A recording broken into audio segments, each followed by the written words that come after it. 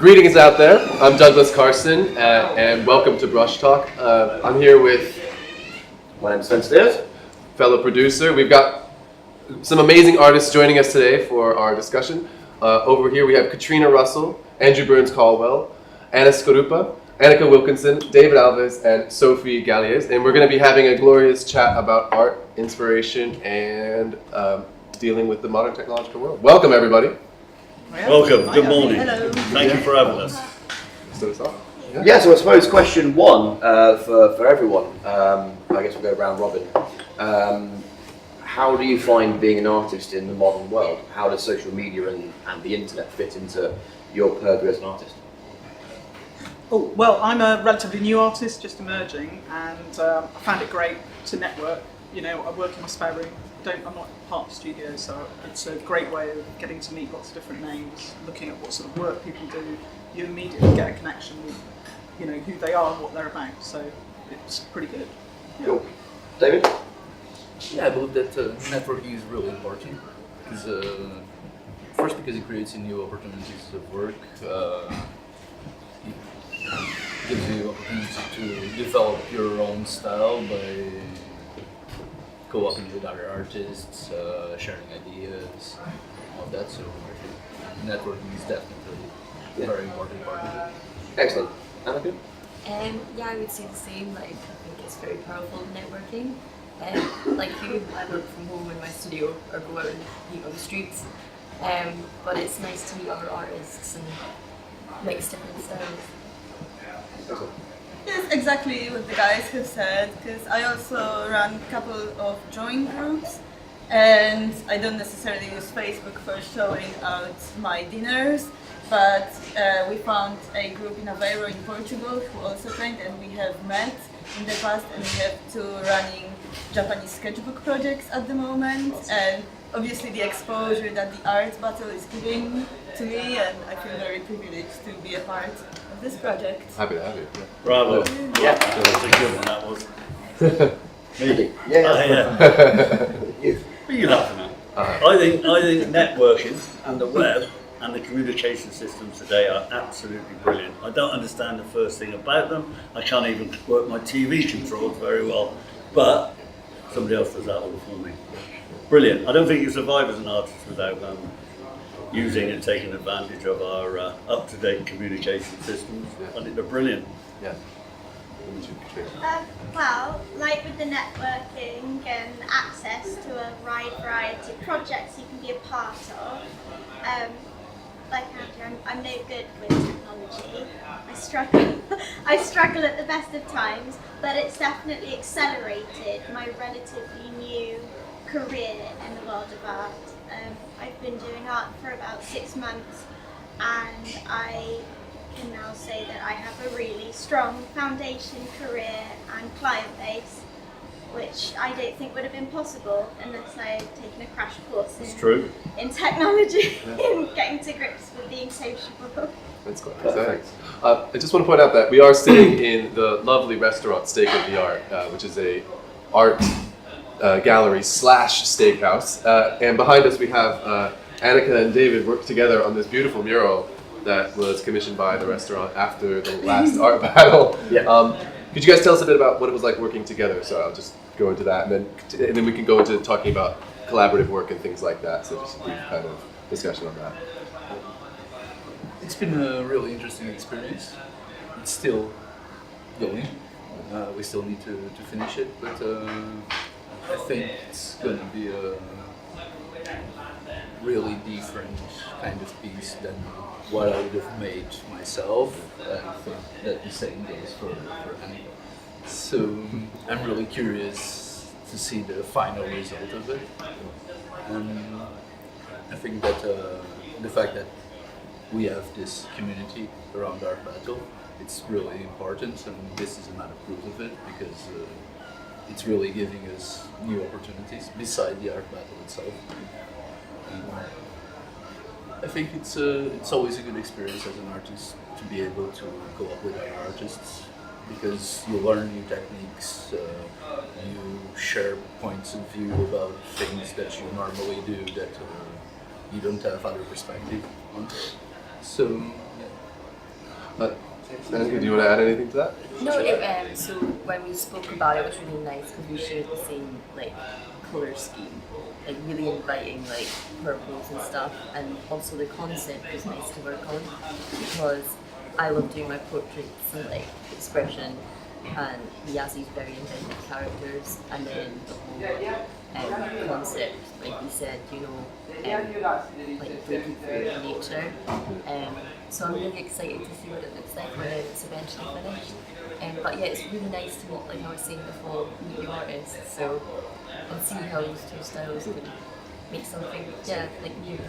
So can I just ask that you guys both mentioned working on new techniques and new styles. So Katrina and Sophie, you guys, and Anna, you guys have not competed in Art Battle before, but Andy, Annika, and David, you have. I would just like to, I'm curious about how the 20-minute format kind of affects your style development. And actually, sort of building off of that and what you guys have just said, I'd be interested to hear from you guys how you find what is essentially quite a combative structure. Bear in mind, as artists, you tend to work on your own or in a collaborative concept, but then coming into something like Art Battle, which is obviously head-to-head, and how that sort of fits into you as artists. Well, yeah, I tend to just go out and paint like soul, like on my own, and do my own thing, put my headphones on, get in my own bubble, and depending on how I feel, do that with my painting, so it's all very expressive. Art Battle is really interesting because you're all doing your own thing, and then you eventually get to see everything else, and how like loose but beautiful some people work, how very like finesse people work, and I just think it's really like lovely to see how everybody else works differently, and how obviously that time constraint of 20 minutes, you can kind of like surprise yourself because obviously you go in knowing it's 20 minutes, so at first I think but yeah, you can actually produce like something quite interesting out of that. So. Yeah. So the same question for you guys really, but sort of slightly different spin. What are your expectations going into something like Art Battle? Because obviously these guys have all competed already, but what do you expect out of something like Art Battle? I think I'm enjoying, because I have been practicing. I'm really enjoying that sort of the energy that you have to put into a painting to do something that quick. And so, you know, something that you'd be really tentative about and careful, you can't do that. You throw paint at a canvas and you're seeing what's emerging. And even if you've got an idea planned in your head, it changes due to what the marks do, how the paint's drying or not drying, you know, and that in itself is really exciting. I'm not used to having an audience. In fact, I'm quite shy about sitting a sketchbook out in, you know, outside in the public. So that's going to be quite. So you've found already before you even competed Yeah. that it's kind of changing your process as an artist. It's definitely given me a little injection of energy. Definitely, yeah. What about you guys over here? I'm expecting to have loads of fun. Yeah. I have taken part in some other battles in the Bristol Scribble and Scratch, which there you have the theme given like just before the battle, which is again putting a bit more pressure. But I do like this kind of crazy competitiveness because obviously you cannot compare styles. Everyone will have their own niche and work with their own lines, so it's not necessarily comparing the works, but sort of getting into that hype of like lots of art is being made in a very short period of time, and really looking forward to see what other artists will create. Yeah. I get jealous. You should compete. I have We'll competed. give you an easel this time. Yeah, but I have to get out there and win. I mean, I want to go out there and I want people to go, wow, look at that, isn't he clever? Because I love to express my work and express myself, and I like people to go, he's clever, isn't he? That makes me feel good. So if somebody's beating me, I feel, no, I'm telling you the truth. I'm an artist. That's why it's funny. I'm an artist because I want to impress people. That's the bottom line. You know, I'm trying to be Yeah, clever. that's true though. That's- Your work is visual. I want people to go, wow, how does he do that? that? Sorry, Sven. No, actually that's a really interesting point. Moving away from what is Art Battle and moving into you guys as artists. When you guys sit down or stand up, put canvas on easel or, you know, can to wall, what is it that inspires you guys to actually paint? I know what inspires me. Jealousy.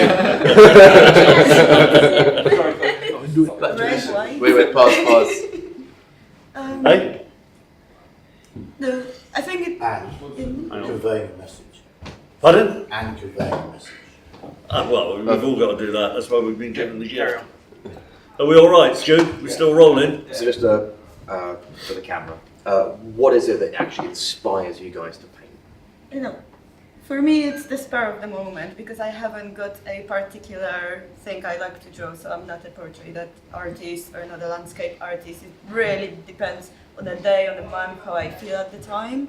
So for this battle, I don't have actually the exact sketches, but I know what I want to talk about because I've gone last week to visit Corsica and I've spoken to some very interesting people about gendertification Okay. and gender and how at the moment there aren't enough definitions to people identify with and how the system is actually too old to work with nowadays. And I think this is something I will want to include in my work. So forgive my phrasing. Yeah. Yeah, forgive my phrasing. Do you find art a release almost like a soapbox where you get to talk about the way you view the world? Bravo. Yes, exactly. Express the feelings and the mood and what sits in you out there and maybe create a conversation to some extent. And you know, art is emotion and if you can like invoke that in some people, then you've succeeded. It's expression, isn't it? You want Yeah. to say something. Any artist worth his salt or her salt wants to say something and wants to use their art for some reason. They want to speak with it, and you've just said quite rightly. It's a soapbox, you know. Somebody standing up. Oh, excuse me. Listen to me. Look at this. What does it say to you? And that's what it's about for me. I was gonna say, Katrina, some of your work reflects that too, doesn't it? Because Yeah. you've got a lot of cultural history and things like that, how Yeah. you produce and why you go about it that way, don't you? I'm trained as an anthropologist. Wow. I got my master's in research in 2016. Whoa. It's 6 years of uni. Art over anthropology. That'll be good. I know. Well, being sort of rammed by a jeep meant I couldn't go off and live my dream of being a Indiana Jones sort of figure. So I had to literally take a year out, and it didn't stop Shit. that hunger to keep up with the research, keep in touch with the ethical sort of the sort of ethical considerations in ethnic research and the ever sort of disappearing and dwindling rare tribes and communities in sub-Saharan Africa, in particular East Africa, because I'm Ethiopian. So Wow. I draw on what I've grown up with. I spend 50% of my year in Ethiopia with my other half of the family, 50% of my year here. And Can I carry your suitcases next? oh, don't they're too heavy. I love They're to too go. heavy. Oh, okay. Or do you want me to smuggle you in them? Like, Smuggle me. they're heavy enough. That'll to make it- that'll make them way difference lighter, to my yeah. weight. So you're like a Lara Croft with a paintbrush. Tiny bit. Awesome. Tiny Wow, bit. I like I'm it. always- I like it. I'm out in the Rift Valley gathering up my sort of quantitative data, and I have my little sketchbook, I have my camera, and So yeah. you're looking for another Lucy? Yeah, yeah, if I can, claim Good. a new one. Do you find then, for yourself as an artist, that each brushstroke is measured in context to the research you've done? Well, yes. I mean, I rarely use paintbrushes in all honesty, and that's Okay. what I'm hoping to bring to the art battle, because I focus on body paint, body art, expressions of identity, of tribal behaviours and so on. I paint with my fingertips a lot of the time to recreate the textures that go on the skin and the Bravo. flesh. And I like to use mixed media. I use ink and acrylic normally, but I know how to get the same effect just with acrylic. So I do rarely actually use a brush. It's normally my fingertips. I keep making the joke to people that if I were to ever do a crime or anything, I would be ruined because my fingerprints are everywhere. Anyone can track me down. So that's a very interesting point, and one I'd like to put to all of you. How do you find your upbringing, your background affects your art and your subjective opinion thereof? Ronnie on the left. I'm just trying to think about that. I think I had a really middle class background that actually stopped me doing art for many years because I thought, no, there's no money in it, and I've got to go get a proper job, and that stopped me doing a lot. I mean, I've always sort of carried on painting, but it wasn't until my midlife embrace, rather than crisis I call it, that I've basically gone, I really miss just sitting and getting lost in painting and just enjoying creating. So it's made me now, it's taken me a long time to get the confidence to just go, no, I need to go and do this. And have you found that, like being reunited with like a childhood part that was lost to you? Like something, do you feel more fulfilled now you've come back to art? I'm really loving it. This is my first, I've had about a year since I've left teaching. I am loving the fact I've met so many more people. And I expected it to be hugely snobby and hugely sort of looking down and inferior. And I knew that was coming. It's not, and I haven't found that at all. In fact, I've found people really helpful, really interested, and lots. As soon as you get talking to people, little opportunities. Oh, do you want to get involved in this? Would you like to do this? And so I'm finding it much more of a collaborative thing. People wanting to work with you rather than against you. Cool. So this competitiveness of Art Battle, I haven't found that to be true within the art world. So I will say Art Battle does focus on, we talk a lot about it, and a few people have said, oh, how can you have painting be competitive? And it's, there's an element of, I think, for me, it's producing the event. It's fun, and also, it's healthy competition. It pushes us all to do better and try new things. And I mean, I think you guys are all must be experiencing that as well. Yeah, well, so the idea of Art Battle as a competitive painting event, for me and Doug, I'm not sure about the rest of the Art Battle family, stemmed from the poetry scene and poetry slams. And there's a saying in poetry slams, the points aren't the point is the poetry. So although you embrace a combative structure, the only point of that is to embrace the audience and bring the audience in to build a community. So, like, how do you find your background affect your art? It does, I think, in the thematic, even in the approach that I use for certain teams. Of course, there is lots of influence from my background, but I believe that what influences more my work, I think it's always a work in progress, even my style, because it's not something set. I think that all the connections that I make throughout my life, they all have a little bit of influence in the innovation of my style and the themes that I use. So it's not just my cultural background, I think it's more of an ongoing kind of thing. And just to add one thing about what we were talking before about the competitive thing about Art Battle. Honestly, I think that the biggest competition that we all have there as artists, it's against time and not against each other.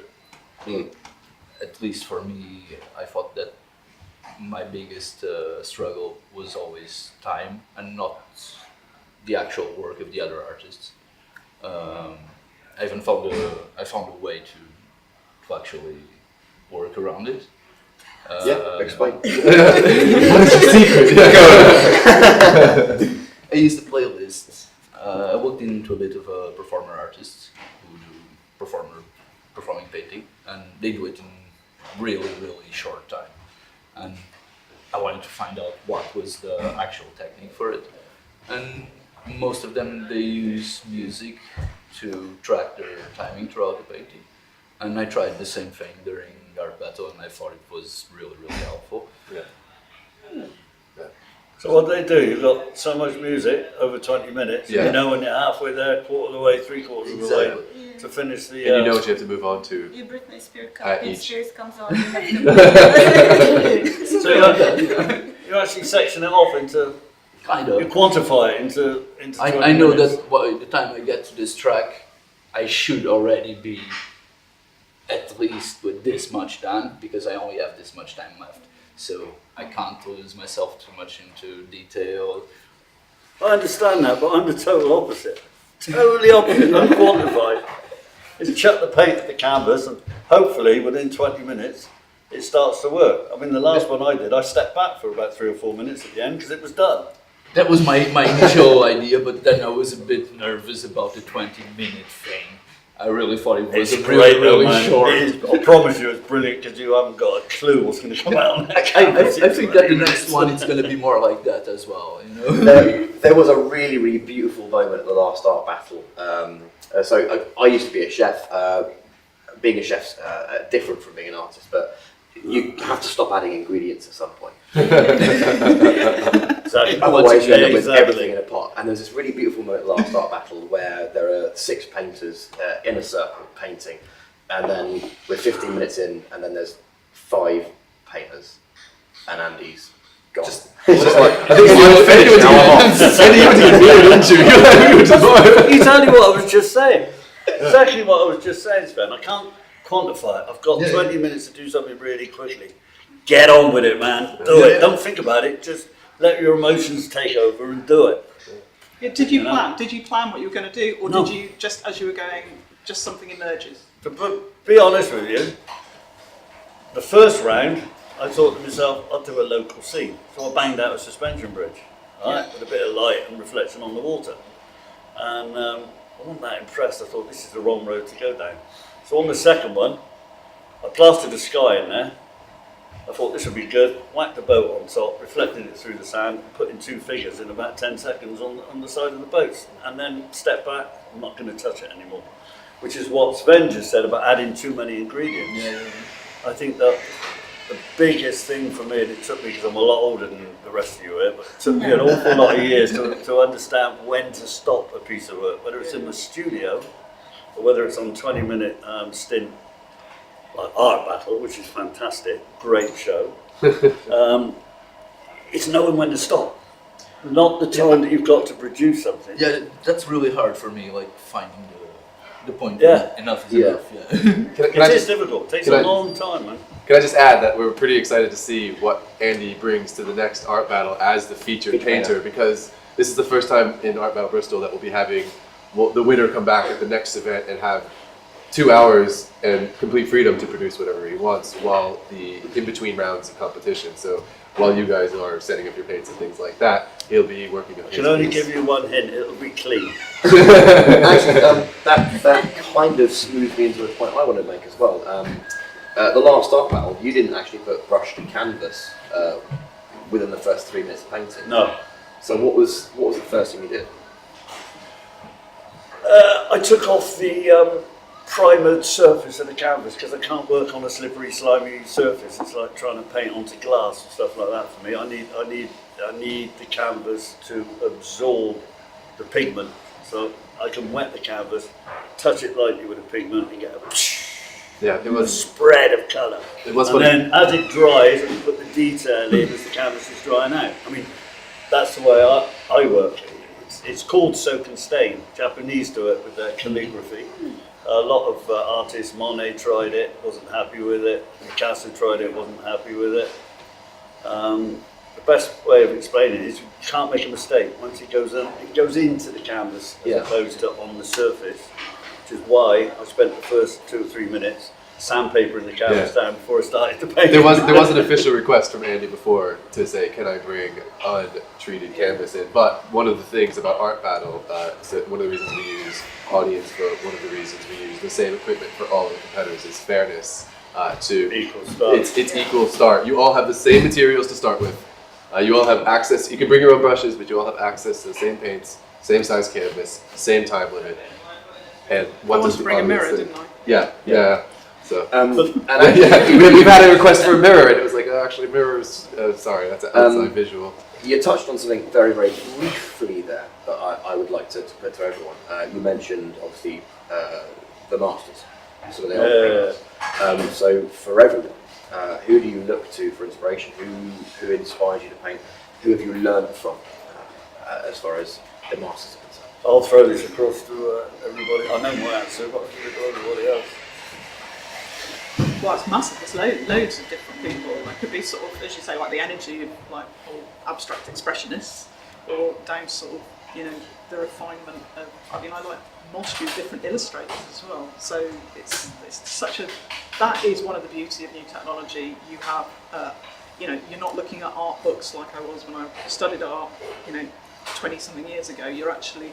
You've got the whole internet, you have so many different styles open to you, so many, you know, as well as old masters, you've just got so many different styles to take reference from, to steal bits from. That's the beauty of living in this postmodern, post-postmodern. Postmodern. What about yourself, Dave? I think my influences go a bit from the classic surrealists, from Bosch to Dali, and a lot of street art influences as well, from Basquiat to more recent things, where I take inspiration for techniques like the corner things, like artists like Odate, for example. I really like the combination between the modern and the classic. I like a lot of styles like Piccianavo, for example, make those classical figures mixed with street art. I think that combination says a lot about my work. That's exactly who I was going to say. Like Piccianavo are one of my favourite street artists because they like have the contrast of like, you know, the ethereal, like very realism, delicate, translucent, like fine art, and then they'll put it over like old school like graffiti art, and I think it just like is a really beautiful combination. And also like surrealism, I'm obsessed with Dali, and but like Jackson Pollock, that very loose, random, you get a lot of sense of emotion from it, and to combine that with, for example, one of my favourite artists is Andy Kehoe, very like dreamy, like inviting, and he uses broken paintbrushes, for example. Because I'm a bit like you, like I use my fingers a lot to do like reflections and stuff, and you get like a very unique texture, and I think it's just combining those elements can make something really powerful. Excellent. Yeah. Anna? Yes, I was about to mention Basquiat as well, but even illustrator like Chiara Battista, because you get those like dreamy different illustrator, even very powerful images, and I like to get inspired with sculpture and books and like surrealist writers like the books of Mordor, or like, you know, anything that can bring emotion and make you like think and work on like rework images in your head. It's good enough. Anything weird, really, out of ordinary. Andy? Do that. I don't think there's any single influence I ever had.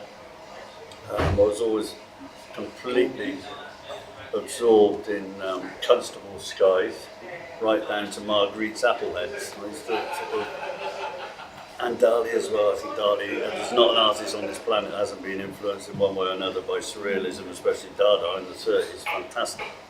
But for me, when I was a youngster, I spent a year or two doing the markets in Germany, running across there. So I used to buy old bits of Victorian wood that used to be on the back of wardrobes and chest of drawers and that, break them into little squares, and I'd copy the masters. I'd do Poppy Fields, or I'd do Degas, or do a quick Picasso, and I'd put them inside bits of furniture. Ask a lot of money for the bit of furniture in the market, which people, when they open the drawer, saw this little paint at the back, and close the drawer quickly, wouldn't question, pay the money, and walk off with the piece of furniture. So I don't know how many forged pieces of my work there is around Germany at the moment. There's going to be a few over there. Absolutely genius. That was my big influence, copying the masters. Yeah. And what about yourself? Oh, of course, Dali, Toulouse-Lautrec. I love how he represents sort of green genie and all of that. But I do get inspiration from a lot of edgy photography, like Carlos Clark, a lot of Ethiopian artists, obviously, Elias Sim, Asifa Getahan. But I have to admit, social social media has exposed me to so many contemporary, lesser known artists that, in all honesty, have influenced me just as much. So it's not just the traditional greats. A lot of contemporary artists have really gotten to me too. Brilliant. That's awesome. And you kind of raised the point that I want to touch on as well now. You sort of talked about how art's smashing into each other and creating new things. So what's next? Where does art go from here? That's a really, really tricky question. Open answer for anybody who wants to field that one. Feel free to waffle. I will just interject with that one. I think Art Battle is a kind of step towards that speed, towards the modern use of acrylics. You know, acrylics dry fast. It's a new technology. This is the first thing to really take advantage. What I will also say is, if you want to see Katrina, Anna, Annika, and Sophie compete live, they'll be at the next Art Battle taking place on October 2nd at the Marble Factory. You can also see Andy there as the featured artist, Art Battle Bristol, at AB Bristol, our Instagram, check us out. Tickets are on sale now through Eventbrite on our website. Anything else to add? Anyone else want to throw It's some a stuff? great venue. Come along, be part of it. Yeah. There's a bar, there's booze. There's a DJ. There's a smoking area for those that you don't want to smoke. Yeah. Sod the art, let's drink. Same thing, isn't it? Oh, and you can take some of this work home from these amazing artists as well, because it will be on sale through silent auction, which is fantastic. So Yeah. you can take a piece of the action home with you. Anyone else want to add anything? You Yes, guys can want I just say thank you very much to Doug and Sven for holding this whole little thing and for competing and working out art battles. For you Art guys. battles. Yeah. Can't wait. Thank you. Thanks, guys. It's great to have you. Really excited to see what you produce. And yeah, we'll see you guys next week. Yeah. Yeah. Tuesday. Dun dun dun. Dun, dun, dun. Tuesday was it? Tuesday. Oh, it was a Tuesday. Yeah, it's Tuesday. Yeah. It's the next Tuesday, is it? TC. Cool. We got a dental Natural appointment. wrap. Yeah.